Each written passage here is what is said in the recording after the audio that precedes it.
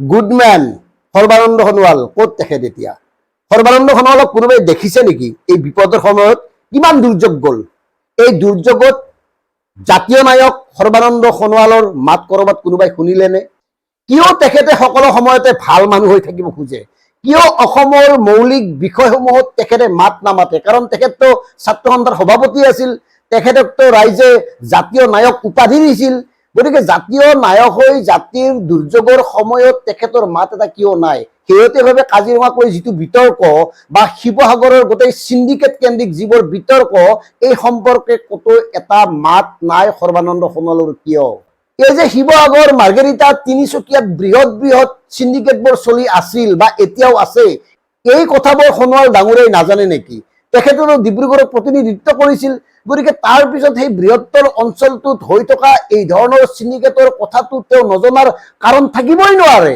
আৰু এই যে শেহতীয়াভাৱে শিৱসাগৰ বা নাজিৰা বা চৰাইদেউত জলপ্ৰলয় হ'ল, তাৰ উৎস, তাৰ কাৰণ, তাৰ কাৰক, এই সম্পৰ্কে তেখেতৰ কিয় মাত নাই? তেখেতে উজনিৰ মহা দুৰ্যোগৰ পিছত এটা কথাই বাৰে বাৰে কৈ আছে যে মোদীজীয়ে অসমক ভাল পায়, মোদীজীয়ে সাহায্য দিব, মোদীজীয়ে অমুক কৰিব, মোদীজীয়ে তমুক কৰিব, মোদীজী এইলৈ চিন্তিত। নিজৰ 5 মিনিটৰ ভাষণত 20 বাৰ মোদী বন্দনা কৰা সোণোৱালে ইয়াতকে বেলেগ কথা কোৱা নাই। সোণোৱালে কিয় এতিয়ালৈকে অতিৰিক্ত বান সাহায্য প্ৰদানৰ কাৰণে মোদী ডাঙৰীয়াক সন্মত কৰাব পৰা নাই? তেখেতে কিয় হেঁচা সৃষ্টি কৰা নাই দিল্লীত? তেখেততো ভাল মানুহ, তেখেতক চবে ভাল বুলিয়ে ভাবে, মোদীৰ খুব বিশ্বস্ত মানুহ। তাৰ পিছতো উজনিৰ এই মহাপ্ৰলয়ৰ পিছত কিয় অতিৰিক্ত বান সাহায্য কেন্দ্ৰই এতিয়ালৈকে দিয়া নাই?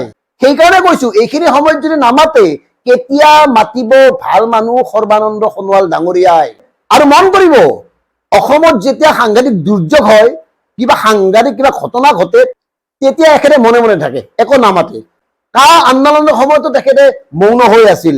আজিলৈকে তেখেতে কা আন্দোলনত শ্বহীদ হোৱা 5 গৰাকী যুৱকক শ্বহীদ বুলি ক'ব নোৱাৰিলে, সাহস গতাব নোৱাৰিলে, অথচ তেখেতো কিন্তু আচুৰ পৰাই আহিছিল। সেইকাৰণে কৈছো, অসম আন্দোলনত এদিনো ভাগ লৈ নোপোৱা সৰ্বানন্দ সোণোৱালে নিজকে ভাল মানুহ হিচাপে যিটো ভাৱমূৰ্তি সৃষ্টি কৰিবলৈ চেষ্টা কৰি আছে, ইয়াৰ নেপথ্যৰ কথাবোৰ কিন্তু আমি আলোচনা কৰাৰ সময় আহি পৰিছে। তেখেতৰ এই ভাল মানুহৰ মুখাখন আৰু কিমান দিন পিন্ধি থাকিব? যিজন মানুহে জাতি হত্যাৰ কথা কৈ, বৃহত্তৰ অসমীয়া জাতিৰ কথা কৈ, জাতিৰ এই দুৰ্দিনৰ সময়তো মনে মনে থাকে, তেখেতক আমি কিয় ভাল মানুহ বুলি কম কওকচোন?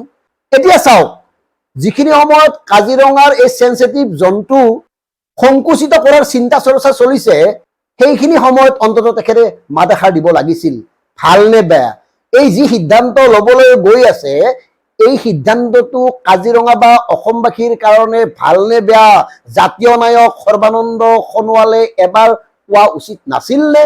গতিকে প্ৰিয় দৰ্শক, ভাবক, সাধাৰণ মানুহখিনিক ব্যৱহাৰ কৰি, অসমীয়া জাতিৰ আৱেগক ব্যৱহাৰ কৰি এওঁলোকে কেৱল এক ধৰণৰ বেপাৰ কৰি আহিছে, তাত বাহিৰে বৰ বিশেষ একো কৰা নাই। এওঁলোকৰ কোনো ধৰণৰ স্বদেশ প্ৰেম নাই, জাতি প্ৰেম নাই, এওঁলোকে কেৱল নিজক চিনি পায়। ধন্যবাদ। জয় আই অসম।